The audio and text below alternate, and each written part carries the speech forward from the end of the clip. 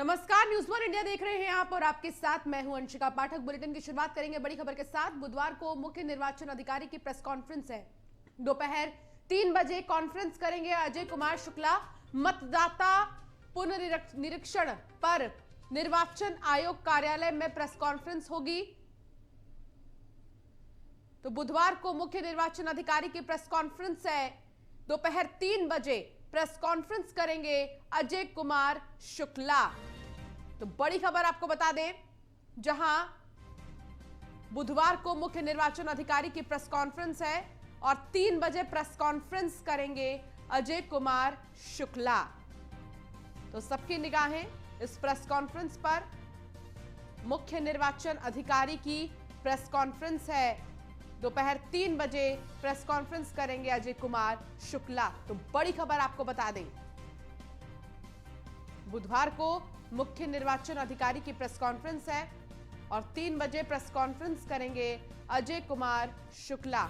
SK Vajpayee हमारे संवाददाता हमारे साथ जुड़ गए हैं। एसके वाजपेयी, बड़ी बात, बुधवार को मुख्य निर्वाचन अधिकारी की प्रेस कॉन्फ्रेंस है और क्या खास होगा इस प्रेस कॉन्फ्रेंस में, क्या जानकारी मिल रही है?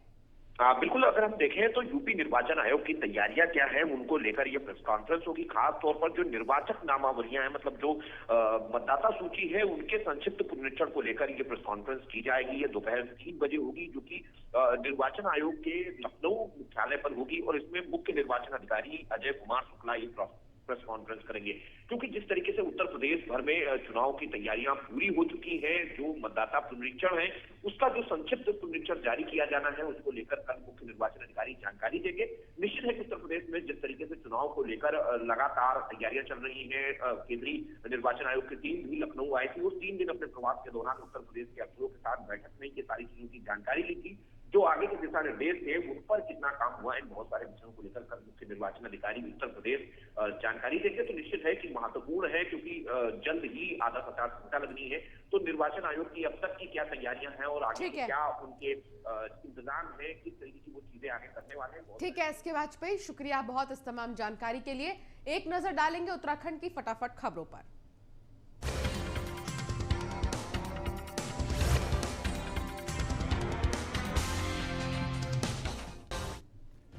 उत्तराखंड के कैबिनेट मंत्री सुबोध उनियाल ने एक बार फिर आम आदमी पार्टी संयोजक और दिल्ली के मुख्यमंत्री अरविंद केजरीवाल पर जुबानी हमला किया है। सुबोध उनियाल ने कहा कि केजरीवाल जिस तरह उत्तराखंड में आकर एक के बाद एक घोषणाएं कर रहे हैं वो बहुत आसान है। सत्ता में रहकर जनता के लिए काम करना अहम होता है। मसूरी में वन विभाग और मसूरी देहरादून विकास प्राधिकरण के अधिकारियों की लापरवाही के कारण मसूरी में धड़ल्ले से खनन और अवैध निर्माण किया जा रहा है। इतना ही नहीं, शिकायत होने पर भी कोई कार्रवाई नहीं की जा रही है। लोगों की माने तो दिन दहाड़े अवैध निर्माण और खनन बिना अधिकारियों की मिलीभगत के नहीं हो सकता। हल्द्वानी की हीरानगर पुलिस ने 2 शातिर चोरों को गिरफ्तार किया है, जिसके पास से पुलिस ने 32 कट्टे जीरा और 5 कट्टे धनिया, इलायची और चोरी में इस्तेमाल की गई टेम्पो को बरामद किया है। एसपी सिटी हरबंस सिंह ने बताया कि हीरानगर क्षेत्र में बीती रात चोरों ने चोरी की वारदात को अंजाम दिया। अपनी 11 सूत्रीय मांगों को लेकर देवभूमि उत्तराखंड सफाई कर्मचारी संघ के बैनर तले सफाई कर्मियों ने सचिवालय कूच किया, लेकिन पुलिस ने प्रदर्शनकारियों को सुभाष रोड स्थित सेंट जोसेफ गेट के सामने बैरिकेडिंग लगाकर रोक दिया है। नाराज सफाई कर्मचारियों ने अपनी मांगों को लेकर नारेबाजी की और शासन प्रशासन से मुलाकात किए जाने की जिद पर अड़ गए। पूर्व सीएम त्रिवेंद्र सिंह रावत ने डोईवाला विधानसभा के कालूवाला गांव में करोड़ों की योजनाओं का शिलान्यास और लोकार्पण किया। भीम आर्मी ने रोशनाबाद कलेक्टर ऑफिस पर प्रदर्शन कर हरिद्वार धर्म संसद के एफआईआर दर्ज लोगों की गिरफ्तारी की मांग की है। उन्होंने प्रशासन पर आरोपियों के दबाव में काम करने का आरोप लगाया है। 4 सूत्रीय मांगों को लेकर राजस्व कर्मियों की कलम बंद हड़ताल 13वें दिन भी जारी रही। इस हड़ताल से आम जनता को भी परेशानियां झेलनी पड़ रही हैं। नैनीताल के दूरस्थ क्षेत्र बेताल घाट ब्लॉक में बीते 2 साल बाद हुई बीडीसी की बैठक हंगामे की भेंट चढ़ गई है। हंगामे के बाद बैठक को कुछ देर के लिए स्थगित करना पड़ा। बैठक में ग्राम सभाओं में बीते अक्टूबर में आई आपदा के बाद पेयजल किल्लत को लेकर जनप्रतिनिधियों ने जल संस्थान, विद्युत विभाग और सिंचाई विभाग के साथ ही उद्यान विभाग के खिलाफ जमकर अपना गुस्सा व्यक्त किया। मौसम विभाग की भविष्यवाणी सच साबित हुई है। उत्तरकाशी में लंबे समय बाद ऊंचाई क्षेत्रों में हिमपात शुरू हो गया है। दिन भर आसमान में बादल छाए रहे। दोपहर बाद बादलों और बूंदाबांदी के बीच उत्तरकाशी में ठंड बढ़ गई। और अब खबरें विस्तार से, जहां उत्तराखंड में एक बार फिर बढ़ रहे हैं कोरोना की रफ्तार। उत्तराखंड में 24 घंटे में कोरोना के 310 केस सामने आए हैं। उत्तराखंड में 24 घंटे में कोरोना से एक की मौत हुई है। उत्तराखंड में कोरोना के 654 एक्टिव केस भी सामने आए हैं। इस बीच आपको बता दें कि बिल्कुल भी कोरोना के केसेस थमने का नाम नहीं ले रहे हैं। उत्तराखंड में सबसे ज्यादा केसेस आ रहे हैं। हालांकि लोग मसूरी की ओर रुक कर रहे थे तो वहां बहुत भीड़ इकट्ठा लोग कर रहे थे, जिसके बाद ही केसेस में इजाफा और भी तेजी से होने लगा है। उत्तराखंड में कोरोना के 654 एक्टिव केस अभी भी हैं और फिर से एक बार कोरोना की रफ्तार जो है वो बढ़ गई है। हालांकि पाबंदियों को भी एक तरफ देखा जा रहा है, लेकिन 24 घंटे में 310 केस आने के बाद ही चिंता बढ़ गई है।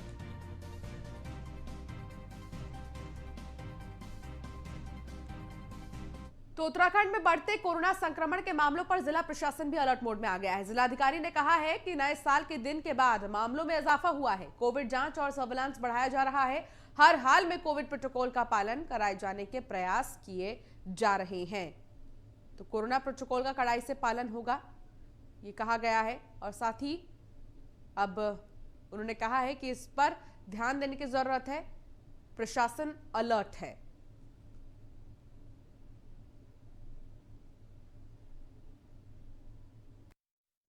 देखिए, अभी फ़िलहाल क्योंकि न्यू ईयर सेलिब्रेशन भी था और इस वजह से कुछ केसेस में बढ़ोतरी दिखी है, लेकिन कल 77 केसेस आए हैं और लगातार हमारे जो बॉर्डर्स हैं आशा रोडी, कुलान, यहाँ पे हम लोग रेगुलरली मॉनिटरिंग कर रहे हैं। हम लोगों ने सर्वेलेंस बढ़ा दिया है, टेस्टिंग RT-PCR की टेस्टिंग बढ़ा दी है। देखिए, उत्तराखंड के दौरे पर आ रही हैं प्रियंका गांधी। 9 जनवरी को अल्मोड़ा और श्रीनगर में करेंगी जनसभा। प्रियंका के दौरे पर देवेंद्र यादव ने की न्यूज 1 इंडिया से बात। प्रियंका के दौरे से कांग्रेस को मजबूती मिलेगी, देवेंद्र यादव ने कहा है। और साथ ही उन्होंने कहा कि महिलाओं की भी इस चुनाव में बड़ी भागीदारी रहेगी। सुनिए क्या कुछ कहना था।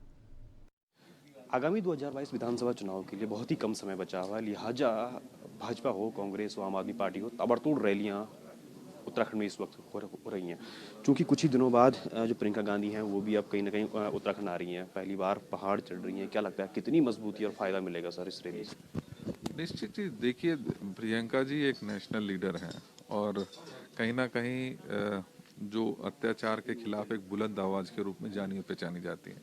चाहे वो महिलाओं की बात हो या किसानों की बात हो या अन्य किसी भी मुद्दे पर अपनी बुलंदी के साथ आवाज रखने में उन्होंने अपना स्थान बनाया।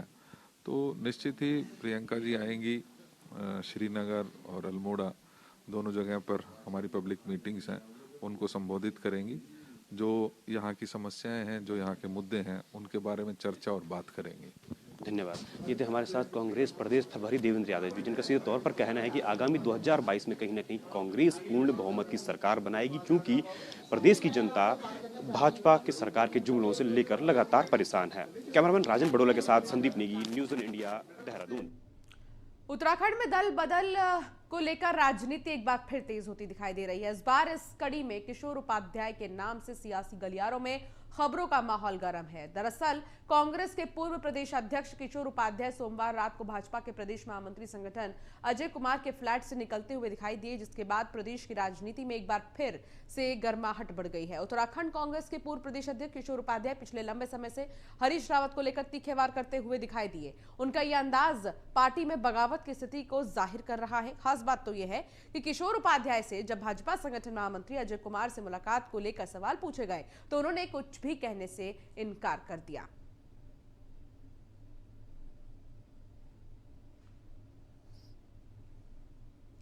पौड़ी जिले के चौबट्टा खाल में आयोजित कांग्रेस की जनसभा में पूर्व मुख्यमंत्री हरीश रावत ने केंद्र और राज्य की बीजेपी सरकारों पर जमकर हमला बोला। डिग्री कॉलेज चौबट्टा खाल के मैदान में आयोजित जनसभा को संबोधित करते हुए हरीश रावत ने केंद्र और राज्य सरकारों को हर मोर्चे पर विफल बताया है और कहा कि बीजेपी सरकार को आगामी चुनाव में इसका खामियाजा भुगतना होगा।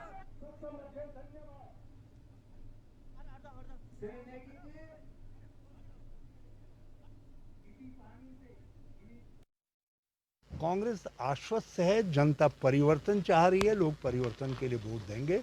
और कांग्रेस को लाए। कांग्रेस आश्वस्त है, जनता परिवर्तन चाह रही है, लोग परिवर्तन के लिए वोट देंगे और कांग्रेस को लाए। यहाँ का क्षेत्रीय विधायक पर्यटन मंत्री होते हुए हमने हरीश रावत जी जब मुख्यमंत्री थे पर्यटन के द्वारा रोजगार सृजन का काम यहाँ किया था। चाहे माँ भगवती रेस्टोरेंट दीवा रोपवे का मामला हो, सुईसी और सतपुली झील का मामला हो, भैरवगढ़ी रोपवे का मामला हो, 5 बड़ी पेयजल पंपिंग पेयजल योजना जिनमें एक में 60 से लेकर 70 गांव लाभान्वित होते, सब मिलाकर यदि कहा जाए तो जनता में एक आक्रोश था और उस आक्रोश को व्यक्त करने के लिए आज मुख्यमंत्री पूर्व मुख्यमंत्री माननीय हरीश रावत जी वीरों की इस धरती चौंदकोट में पधारे और जनता को संबोधित। आम आदमी पार्टी 6 जनवरी से काशीपुर विधानसभा क्षेत्र में नव परिवर्तन पद यात्रा निकालेगी। ये परिवर्तन यात्रा पैगा गांव के जर्जर पड़े सरकारी स्कूल से शुरू होगी। ये पदयात्रा 19 जनवरी तक चलेगी। यात्रा के दौरान आप नेता दीपक बाली पूरे विधानसभा क्षेत्र में गली मोहल्लों में घूमकर और चौपालों में बैठकर जन समस्याओं से रूबरू होंगे। इस यात्रा के संयोजक आपके जिला अध्यक्ष मुकेश चावला हैं। अगर हमारे पैम्फलेट आ रहे हैं कार्ड 6 जनवरी की सुबह 10 बजे हम लोग पैगा गांव से इसकी शुरुआत करेंगे। नव परिवर्तन पदयात्रा इसको हमने नाम दिया है और इसके जो संयोजक है वो हमारे जिला अध्यक्ष मुकेश चावला जी है और ये लगभग 14 दिन तक चलेगी। इसमें जहाँ जहाँ रात होगी वहीं रात्रि विश्राम होगा और सुबह फिर वहाँ से आगे बढ़ा जाएगा।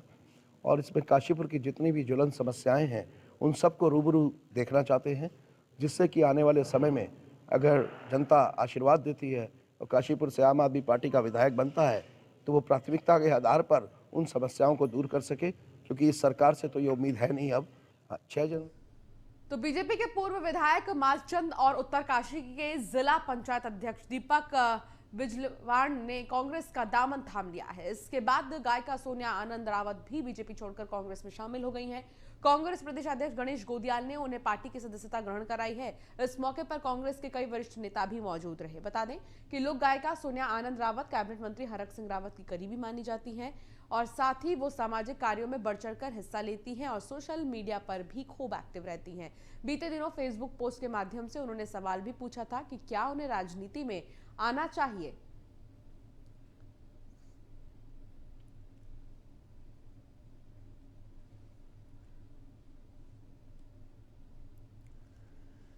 पुलिस भर्ती में आयु सीमा बढ़ाने की मांग को लेकर देवभूमि बेरोजगार मंच के बैनर तले सैकड़ों बेरोजगारों ने सीएम आवास कूच किया है। प्रदर्शनकारियों ने परेड ग्राउंड से नंगे पांव पैदल मार्च निकाला और सरकार से पुलिस भर्ती में आयु सीमा बढ़ाने की मांग की है। मुख्यमंत्री आवास कूच कर रहे बेरोजगारों को पुलिस ने न्यू कैंट रोड स्थित हाथी बड़कला में बैरिकेडिंग लगाकर रोक दिया है। इससे गुस्साए प्रदर्शनकारी सड़क पर ही धरने पर बैठ गए और पुलिस भर्ती में आयु सीमा बढ़ाने की मांग को लेकर सरकार के खिलाफ नारेबाजी करते हुए प्रदर्शन करने लगे। आपको बता दें कि उत्तराखंड पुलिस कांस्टेबल भर्ती में आयु सीमा नहीं बढ़ाने से हजारों बेरोजगार नाराज हैं। लगातार कई आंदोलन यहाँ पर कर चुके हैं और एक मांग हमारी लगभग पूरी हो गई है। विज्ञप्ति आ चुकी है उत्तराखंड पुलिस कांस्टेबल की, लेकिन जो असल मुद्दा है वो ये है कि 8 साल बाद उत्तराखंड पुलिस कांस्टेबल की विज्ञप्ति निकली है और उसमें जो आयु सीमा वो 18 से 22 साल दी हुई है। लेकिन सोचिए आप इतने सालों बाद विज्ञप्ति आ रही है और उसमें आयु सीमा सिर्फ 18 से 22 साल। उन युवाओं का क्या होगा जो युवा जो है 18 से 28 साल के बीच में है, जो उत्तराखंड में पुलिस वर्दी पहनना चाहते हैं। तो हमारी यही मांग है। यहाँ पर आज हमने यहाँ पर सीएम आवास कूच किया है, नंगे पाँव हम लोग यहाँ पर आए हैं और नंगे पाँव हमने मुख्यमंत्री आवास कूच किया। हमारी मांग है कि 18 से 28 वर्ष जो है उत्तराखंड कांस्टेबल में आयु सीमा हो और उत्तराखंड जो दरोगा की विज्ञप्ति निकली है उसमें भी 18 से 33 वर्ष उम्र सीमा हो, ताकि सारा बेरोजगार उत्तराखंड का ये फॉर्म भर सके। कांग्रेस ने उत्तराखंड विधानसभा चुनाव के लिए अपना थीम सॉन्ग जारी किया है, जिसमें भारतीय जनता पार्टी पर निशाना साधा गया है और डबल इंजन नीति की नाकामियों को उजागर किया गया है। तो वहीं कांग्रेस के थीम सॉन्ग पर बीजेपी ने तंज कसते हुए उसे अपना घर संभालने की सलाह दी है। सुनिए। विधानसभा चुनाव से पहले उत्तराखंड कांग्रेस का चुनावी कैंपेन तेज हो गया। 2022 में पहाड़ में परिवर्तन के लिए कांग्रेस ने थीम सॉन्ग लॉन्च किया है। उत्तराखंड में नहीं आएगी भाजपा दोबारा। 2 मिनट 48 सेकंड के इस थीम सॉन्ग के बोल 3 तगाड़ा काम बिगाड़ा भाजपा नहीं आएगी दोबारा है, जिसमें बीजेपी सरकार पर बेरोजगारी, महंगाई और चुनावी वादों को लेकर निशाना साधा गया है। कांग्रेस के नेताओं का कहना है कि जिस डबल इंजन सरकार की मोदी जी बात कहते थे, उसका फेलियर उन्होंने स्वीकार किया है। 3 मुख्यमंत्रियों को बदलकर ये संसदीय परंपराओं का अपमान था, लेकिन उत्तराखंड की जनता को कारण भी नहीं बताया गया। कुंभ पर हम सबको गर्व है, लेकिन ये बहुत ही चिंता का विषय है कि बीजेपी के फेलियर के कारण उत्तराखंड में हुए कुंभ को कोरोना का कंट्रीब्यूटर माना गया। जो कैंपेन है बिल्कुल सीधा है, जो जनता के मन का कैंपेन है। 3 तिगाड़ा काम बिगाड़ा, 5 साल में 3 मुख्यमंत्री, राज्य का विकास चौपट, महंगाई से सब पीड़ित और बेरोजगारी चरम पर, कुशासन, भ्रष्टाचार राज्य की पहचान बन गई आज, और शिक्षा और स्वास्थ्य व्यवस्था चौपट। बोए पेड़ बबूल का तो आम कहाँ से हुए? 5 साल बबूल ही बोते रहे और भारतीय जनता पार्टी सोच रही हो कि अब आम खाने मिलेंगे, तो आम नहीं, उनको बबूल ही पेश किया जाएगा। जनता उन्हें ये बबूल पेश करने को तैयार है। इसलिए हमारे थीम सॉन्ग में ये 5 साल के उनके कार्यशैली, उनके क्रियाकलाप उसमें प्रदर्शित हैं, और आगे आने वाले दूसरे सॉन्ग में हमारे कांग्रेस का घोषणा पत्र में हमारे जो मुख्य बिंदु हैं वो शामिल होंगे, और मेरा विश्वास है कि उस सॉन्ग के माध्यम से हम जनता को विश्वास दिला पाएंगे कि कांग्रेस की उम्मीदों पर खरा उतरेगी। कांग्रेस के थीम सॉन्ग पर बीजेपी नेताओं ने हरदा पर तंज कसा है। उनका कहना है कि जिस समय हरीश रावत सीएम थे, उस समय उन्होंने अकेले ही मुख्यमंत्री रहते हुए काम बिगाड़ दिया था। हरीश अब अपनी कमियां छुपाने के लिए बीजेपी के मुख्यमंत्रियों पर तरह तरह की बयानबाजी कर रहे हैं। बर्बाद गुलिस्ता करने को बस एक ही उल्लू काफी था, हर शाख पे उल्लू बैठा है, अंजाम गुलिस्ता क्या होगा। चारों तरफ अपने अपने हित की लड़ाई लड़ने वाली कांग्रेस, भ्रष्टाचार में अकंठ डूबी हुई कांग्रेस, परिवारवाद में अकंठ डूबी हुई कांग्रेस आज हमारे ऊपर कटाक्ष करती है, तो मुझे लगता है कि ये जोक ऑफ द डे नहीं, ये जोक ऑफ द सेंचुरी होगा। और ताज्जुब हो रहा है कि जिनके खुद हालात बद से बदतर की तरफ जा रहे हों, जिनके कार्यालयों में उनके महामंत्रियों को पीटा जा रहा हो, अनुशासन नाम की चीज़ ना हो, जिनके कार्यालय के प्रदेश के महामंत्री को रिपोर्ट दर्ज कराने के लिए बाहर थाने और चौकियों का सहारा लेना पड़ रहा हो, वो पार्टी हम पे कटाक्ष कर रही है। इससे बड़ा हास्यास्पद तंज नहीं हो सकता। चुनावी समर आने पर अब इस प्रकार की चीजें, इस प्रकार की बातें उठने लगी हैं, जबकि ये दुर्भाग्य की बात है, पौने 5 साल बीत जाने के बाद भी भाजपा ने कोई भी ऐसा काम नहीं किया है कि जिससे जनता को सीधा लाभ पहुंचे, और कांग्रेस भी भारतीय जनता पार्टी की विफलताओं को छुपाती आई है। कोई भी ऐसा काम उन्होंने भी नहीं किया कि जिससे उनकी कोई कमी उजागर हो। विधानसभा चुनाव से ठीक पहले कांग्रेस के थीम सॉन्ग से राजनीति गर्मा गई है। भारतीय जनता पार्टी ने जहां इस पर राजनीतिक आरोप लगाए हैं, तो आम आदमी पार्टी की कुछ अपनी अलग ही नाराजगी है। बहरहाल थीम सॉन्ग से कांग्रेस को कितना फायदा होगा ये तो कहना मुश्किल है। थीम सॉन्ग को लेकर जो राजनीतिक रूप से विरोध, या यूं कहें राजनीतिक रूप से जो अपना स्थान प्राप्त करना चाहती थी, विरोध के जरिए ही सही वो इस स्थान को प्राप्त कर रही है। कैमरामैन राजन बड़ोला के साथ सुदीप जैन, न्यूज़ 1 इंडिया, देहरादून।